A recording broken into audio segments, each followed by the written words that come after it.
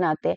NO2 में भी सारे रूल्स लगेंगे। अब तो रूल समझ में आ गए, कहानी करने की जरूरत ही नहीं है। NO2 देखो, वैलेंस इलेक्ट्रॉन्स कितने हैं, 5 + 6 × 2 कितने हो गए, 12 17 हो गए। ये भी और इलेक्ट्रॉन है ना, ये भी और इलेक्ट्रॉन, ये भी एक्सेप्शन हो गया ऑक्टेट रूल का। बनाओ NOO, बहुत इजीली बना सकते हो। आपको यहाँ बॉन्ड निकाल लो, तो आपके पास कितने रिक्वायर्ड इलेक्ट्रॉन कितने हो गए, बॉन्ड भी चेक कर लो। रिक्वायर्ड इलेक्ट्रॉन कितने हो गए आपके पास, 3 एटम में, हर एक को 8 चाहिए, 24। तो डिफरेंस कितने का आया बच्चों, 24 - 17 कितना आया, 24 - 17 करोगे तो कितने का आएगा आपके पास,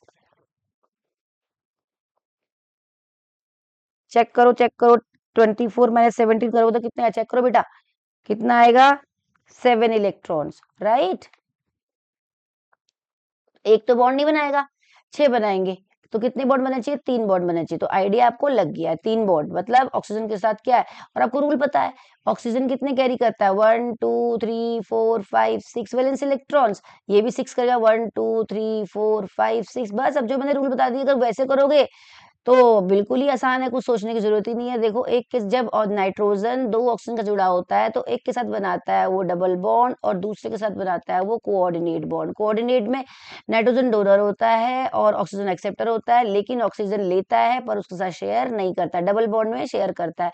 तो कितने हो जाएंगे, 1 2 3 4 5 6 7। 7 इलेक्ट्रॉन होने के बाद भी नाइट्रोजन परेशान रहता है, लेकिन प्रकृति उसको आशीर्वाद देती है कि तू अगर ठंडा टेम्परेचर होगा, मतलब अगर कूल कूल टेम्परेचर है, तो तू यहाँ पे NO2 की फॉर्म में एग्जिस्ट करेगा। ठीक है बेटा, तो ये हो जाता है। उसी तरीके से क्या होता है, और गर्म टेम्परेचर में जब टेम्परेचर थोड़ा बढ़ता है तो NO2 के ही 2 मॉलिक्यूल अपने, इसका पास एक एक्स्ट्रा मॉलिक्यूल है, ये आपस में ही बोलते हैं भाई चल हम डायमर, ये ब्राउन कलर की गैस होती है ना, इसकी वजह से ब्राउन कलर की गैस होती है, तो ये आपस में दोस्ती कर लेते हैं, बोलते हैं एक काम करते हैं, टेम्परेचर ज्यादा हो गया है और अब हम खत्म हो जाएंगे, तो एग्जिस्टेंस करने के लिए ये डाइमराइज कर जाते हैं।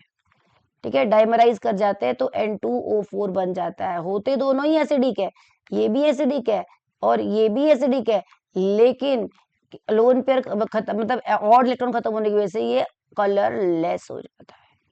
ठीक है, ये होता है। अब आप चाहो तो इसका स्ट्रक्चर बना सकते हो, N2O4 आप बिल्कुल सिंपल बना सकते हो। इस सीक्वेंस में अगर आप करोगे तो अब आपको देखने की जरूरत भी नहीं है कितने बॉन्ड बनेंगे, अब आप सिंपल रूल से बना सकते हो। देखो, ऑक्सीजन के पास कितने हैं, 1 2 3 4 5 6, 1 2 3 4 5 6, और इधर पूरे बनाओ 2 3 4 5 6, 1 2 3 4 5 6। नाइट्रोजन कितने इलेक्ट्रॉन रखता है बेटा, 5। और अब रूल याद रखो, नाइट्रोजन अगर 2 ऑक्सीजन का जुड़ा हुआ होगा तो एक के साथ बनाएगा कोऑर्डिनेट, एक के साथ डबल बॉन्ड। सिमिलरली ये भी नाइट्रोजन है, एक के साथ कोऑर्डिनेट, एक के साथ डबल। इलेक्ट्रॉन भी वैसे ही लगाओ जिस तरीके से आप बॉन्डिंग करोगे। तो ऑक्सीजन ये वाला तो 2 इलेक्ट्रॉन 2 लेकर स्टेबल हो जाएगा। इसको क्या करेगा ये नाइट्रोजन, बोलेगा भाई चल ठीक है कोई बात नहीं, रूल तो मुझे फॉलो करना ही पड़ेगा, ये करेगा। तो फिर क्या करेगा, इसके साथ ये शेयरिंग कर लेता है, कोऑर्डिनेट में देता है पर लेता नहीं है, तो बगल वाले से 8 ले लेगा, तो 8 हो जाएंगे। इस और येलो कलर में देखो 8 इलेक्ट्रॉन है इस रिंग के अंदर। ठीक है, हो गए। सिमिलरली ये वाला ऑक्सीजन भी क्या करेगा, अपने 2 इलेक्ट्रॉन लेकर स्टेबल हो जाएगा। नाइट्रोजन क्या करेगा, ये वाला बोलेगा चल भाई तू भी कोऑर्डिनेट ले ले। ऑक्सीजन क्या करेगा, मैं तो भाई आराम से बैठा रहूंगा, मुझे कुछ नहीं करना। ठीक है, अब मैं इसको ग्रीन कलर से, देखो इस नाइट्रोजन के ग्रीन कलर के रिंग में देखो बेटा 8 इलेक्ट्रॉन हो जाएंगे, नाइट्रोजन के भी 8 हो गए। क्या बना आपका स्ट्रक्चर, अब चेक करो।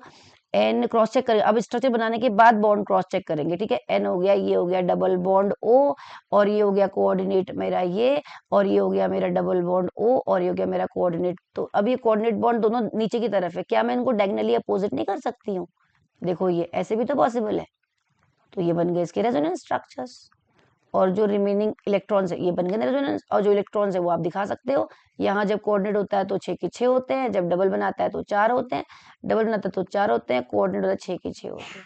देखो, डबल होता है तो 4 होते हैं, कोऑर्डिनेट होता है तो 6 के 6 होते हैं।